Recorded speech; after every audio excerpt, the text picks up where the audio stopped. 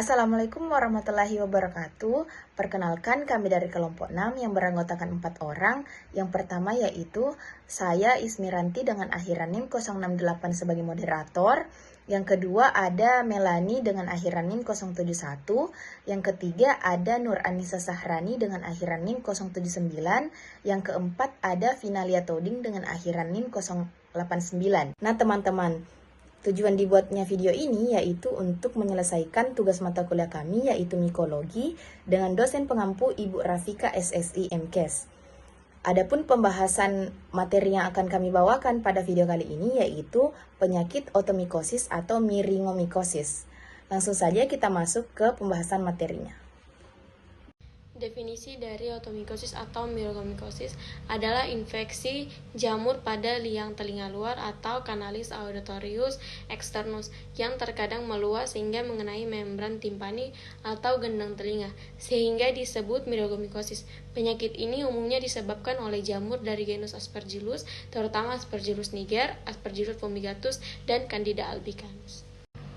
Epidemiologi otomikosis atau bisa disebut infeksi jamur telinga menunjukkan bahwa penyakit ini lebih sering terjadi di daerah tropis dan subtropis karena iklim yang lembab, dengan prevalensi yang diperkirakan 9-27,2% dari kasus otitis eksterna atau infeksi telinga luar. Penyebab umum meliputi jamur dari genus Aspergillus dan Candida, dengan faktor resiko seperti kelembapan, kebersihan yang buruk, penggunaan obat tetes telinga antibiotik atau steroid, dan cedera ringan pada telinga. Etiologi otomikosis atau miringomikosis secara spesifik disebabkan oleh jamur saprofit yang biasanya terdapat di lingkungan lembab dan dapat tumbuh pada kulit liang telinga luar ketika kondisi mendukung. Jamur penyebab tersering adalah dari genus Aspergillus, terutama Aspergillus niger, Aspergillus fumigatus, dan Aspergillus flavus, yang menghasilkan spora hitam, hijau, atau kekuningan pada debris telinga. Selain itu, Candida albicans juga sering menjadi penyebab, terutama pada individu dengan imunitas menurun atau penggunaan antibiotik topikal jangka panjang. Faktor predisposisi penting meliputi lingkungan lembab, kebiasaan membersihkan telinga berlebihan, terutama mekanik pada kulit liang telinga, penggunaan alat bantu dengar secara terapi antibiotik atau kortikosteroid topikal yang berlebihan, yang semuanya mempermudah kolonisasi jamur pada epitel telinga. Gejala-gejala otomikosis atau miringomikosis yang pertama, gatal pada telinga atau pruritus, gejala paling umum akibat iritasi jamur. Yang kedua, rasa penuh atau tersumbat di telinga. Yang ketiga, nyeri ringan atau rasa tidak nyaman atau bisa disebut otalgia. Yang keempat, keluarnya cairan telinga atau otorhea yang bisa berwarna putih, keabu-abuan, hitam, dan kehijauan tergantung jenis jamurnya. Yang kelima, penurunan pendengaran sementara akibat sumbatan oleh deplis jamur. Yang keenam, adanya massa atau serpihan hifa jamur yang tampak seperti kapas atau bubuk di liang telinga saat diperiksa otoskop. Dan yang ketujuh atau yang terakhir, kadang disertai kemerahan dan pembengkakan ringan pada kulit liang telinga. Selanjutnya, untuk patofisiologi otomikosis biasanya dimulai dengan kerusakan kulit liang telinga luar, seringkali karena kelembapan yang berlebihan, trauma, atau penggunaan alat seperti katembat, yang menciptakan lingkungan kondusif bagi pertumbuhan jamur patogen seperti Aspergillus dan Candida. Jamur kemudian tumbuh dan menyebar, menimbulkan respon inflamasi yang ditandai dengan gatal, nyeri, pengelupasan kulit, dan keluarnya cairan. Pada kasus yang parah, pertumbuhan jamur dapat membentuk lapisan padat yang menyumbat telinga dan menyebabkan gangguan pendengaran sementara.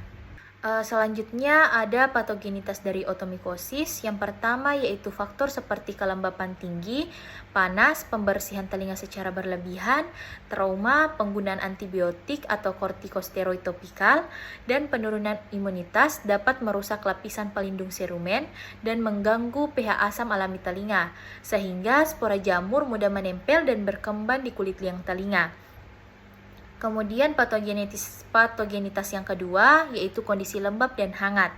Lingkungan telinga yang lembab, misalnya karena sering berenang atau keringat yang berlebihan, menciptakan suasana ideal bagi pertumbuhan jamur saprofit seperti Aspergillus dan Candida. Dan yang ketiga yaitu tahap kolonisasi.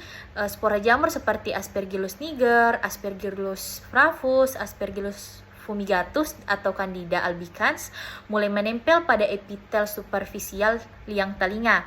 Jamur menggunakan keratin dan bahan organik dari sel epitel mati sebagai sumber nutrisi. Selanjutnya untuk patogenitas yang keempat yaitu respon inflamasi. Tubuh merespon invasi jamur dengan reaksi inflamasi lokal yang ditandai dengan edema, eritema, dan sekresi serosa atau mukoid. Terkadang debris jamur bercampur dengan jaringan epitel yang terlepas, membentuk massa seperti kapas atau kerak berwarna hitam, putih, atau kehijauan. Dan patogenitas kelima yaitu infeksi jamur sekunder. Nah, ini opsional, yang dimana bila proses berlangsung lama, bakteri oportunistik seperti Staphylococcus aureus atau Pseudomonas aeruginosa dapat ikut menginfeksi dan menimbulkan nanah, bau tidak sedap, dan nyeri lebih hebat. Selanjutnya patogenitas yang terakhir yaitu tahap invasi superficial, yang dimana hifa jamur berkembang di permukaan stratum corneum yang menyebabkan iritasi dan peradangan lokal ringan. Dan pada tahap ini akan muncul rasa gatal, nyeri, dan rasa penuh di telinga. Bila jamur tumbuh lebih luas hingga membran ditimpani, maka disebut myringomycosis. Adapun pemeriksaan laboratorium yang pertama, pemeriksaan mikroskopis langsung menggunakan larutan KOH 10-20%. Sampel dermis telinga atau sekret diambil menggunakan kapas steril. Setelah itu ditetesi dengan larutan kalium hidroksida atau yang biasa disebut dengan KOH untuk melarutkan sel epitel dan memperjelas hifa atau spora pada jamur. Hasil positif bila terlihat adanya hifa bersepta pada Aspergillus dan blastopora pada Candida. Yang kedua adapun kutur jamur. Sampel ditanam pada Sabrot dextor agar atau yang bisa disebut dengan SDA dengan atau tanpa antibiotik, chloramphenicol, diinkubasi pada suhu 25-30 derajat Celcius selama 3-7 hari. Hasil positif ditandai adanya pertumbuhan koloni jamur berwarna hitam pada Aspergillus niger, berwarna kuning kehijauan pada Aspergillus flavus, dan berwarna putih krem pada Candida albicans. Adapun yang ketiga, pewarnaan mikroskopis khusus menggunakan lactophenol katan 2 atau yang biasa disebut dengan LPCB untuk melihat struktur hifa dan conidia secara jelas, dapat membantu identifikasi morfologi spesifik jamur penyebab. Dan adapun yang keempat, pemeriksaan tambahan jika diperlukan. Uji pH sekret telinga biasanya menjadi lebih netral atau basah. Pemeriksaan bakteriologis jika dicurigai ada terdapatnya infeksi campuran, menemukan nanah dan bau.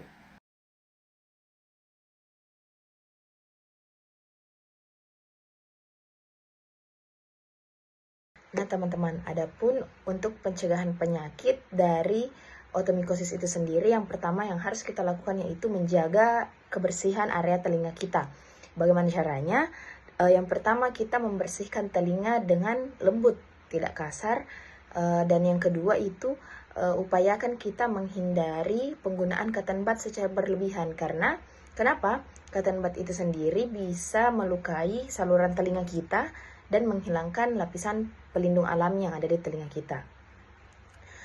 Yang kedua yaitu hindari kelembapan yang berlebihan. Bagaimana maksudnya di sini?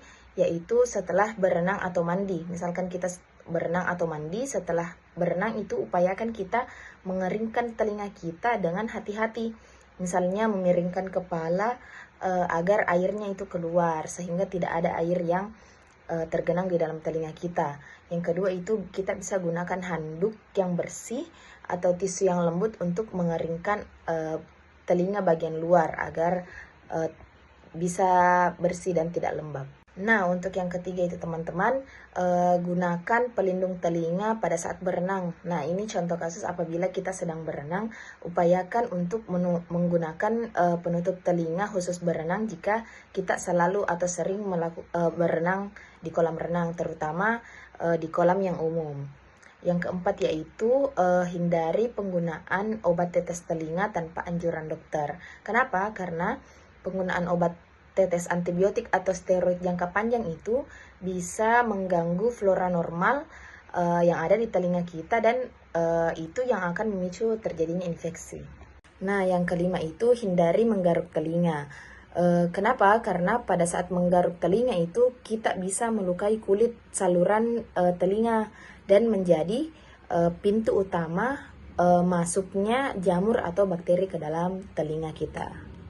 Nah teman-teman, ketika kita sudah terinfeksi jamur pada area telinga kita, langkah pengobatan yang pertama kita ambil yaitu pergi ke dokter THT, telinga, hidung, dan mulut. Untuk apa? Untuk melakukan pembersihan telinga. Karena nanti di sana dokter THT-nya akan membersihkan telinga kita, seperti kotoran telinga kita, serpihan kulit, dan koloni jamur yang ada pada bagian telinga kita, menggunakan suction atau alat yang khusus. Yang kedua, di dokter THT juga akan melakukan pembersihan yang menyeluruh sehingga sangat membantu kita dalam pengobatan karena memungkinkan kita dan memungkinkan obat anti jamur itu bekerja secara lebih efektif. Dan yang kedua, langkah pengobatan yang kedua kita ambil yaitu perawatan tambahan di rumah. Bagaimana caranya? Dengan menjaga telinga tetap kering, dan menghindari penggunaan cotton bud atau benda asing di dalam telinga pada saat dibersihkan. Yang ketiga, bila terasa gatal, jangan digaruk-garuk karena bisa memperparah inflamasi atau memperparah lukanya. Nah, langkah pengobatan yang ketiga yaitu memberikan obat anti jamur tropikal. Nah, setelah dokter melakukan pembersihan atau kita melakukan pembersihan mandiri, nanti dokter akan memberikan obat tetes telinga anti jamur seperti yang ada pada slide ini. Kemudian langkah pengobatan yang keempat yaitu menghindari penggunaan obat tetes telinga yang mengandung steroid atau antibiotik. Kenapa? Karena beberapa obat tetes telinga kombinasi itu biasanya mengandung neomycin atau hidrokortinotirson yang bisa memperparah infeksi jamur yang ada di telinga kita. Nah teman-teman, adapun kesimpulan kita pada pembahasan kali ini yaitu penyakit otomikosis, yaitu otomikosis atau miringomikosis merupakan infeksi jamur superfisial pada liang telinga luar yang kadang meluas hingga membran timponi. Nah, penyakit ini paling sering disebabkan oleh jamur spesies Aspergillus seperti Aspergillus niger, Aspergillus flavus, Aspergillus fumigatus, dan Candida albicans. Terutama pada kondisi telinga yang lembab, trauma telinga, atau penggunaan antibiotik tropikal yang berlebihan. Nah, patogenesisnya melibatkan gangguan pertahanan alami telinga yang memungkinkan kolonisasi jamur pada epitel yang superfisial. Dengan menimbulkan gejala seperti gatal, nyeri ringan, dan rasa penuh pada telinga, serta keluarnya cairan dan penurunan pendengaran sementara.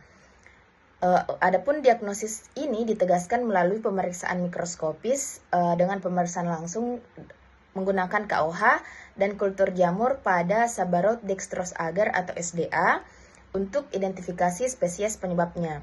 Secara umum, otomikosis bersifat lokal, tidak invasif, dan dapat sembuh dengan terapi anti jamur serta menjaga kebersihan dan kekeringan telinga.